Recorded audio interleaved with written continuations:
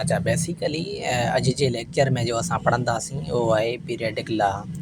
Basically तव्हां केरु पुछा करे त पीरियडिक लॉ छा आहे। पीरियडिक लॉ जेको आहे 1913 हेनरी मोज़ले हिते जेको लिखियलु आहे एच मोज़ले, इन जो मतिलबु आहे हेनरी मोज़ले। इहो डिस्कवर्ड कयो एलिमेंट खे on the basis of their atomic numbers.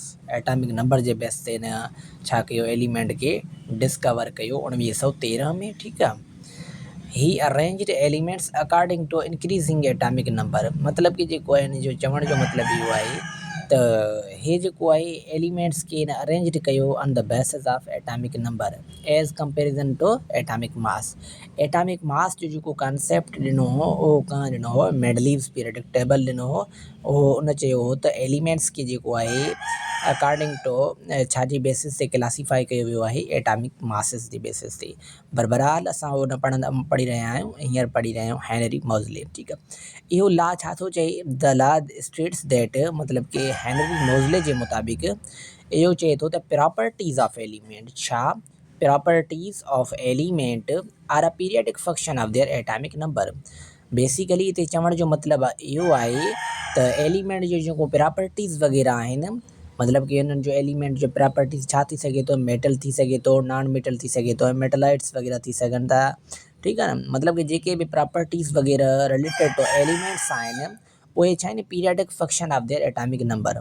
ठीकु आहे न। पीरियडिक फंक्शन मतलब कि छा आहे, पीरियडिक फंक्शन असां उन खे चवंदासीं जंहिंमें छा अची वञनि असांजा मिसाल तौरु पीरियड्स अची वञनि। ठीकु आहे। ऑफ देयर एटॉमिक नंबर मतलब एटॉमिक नंबर बेसिस ते। देन छा आहे हिते एटॉमिक नंबर लिखियलु आहे। छा आहे एटॉमिक नंबर। एटॉमिक नंबर जो मतिलबु आहे त नंबर ऑफ इलेक्ट्रॉन। ठीकु आहे। यानी कि ॿियो तव्हां चई सघो था त number of protons. Atomic number J basis ते ई असां छा कंदा आहियूं एलिमेंट या एटम जो छा कंदा आहियूं असां इलेक्ट्रॉनिक कॉन्फ़िगरेशन कंदा आहियूं। ठीकु आहे। हाणे हिते हिकिड़ो क्वेश्चन आहे मोस्टली पुछियो वेंदो आहे त भई atomic number is more important than atomic mass.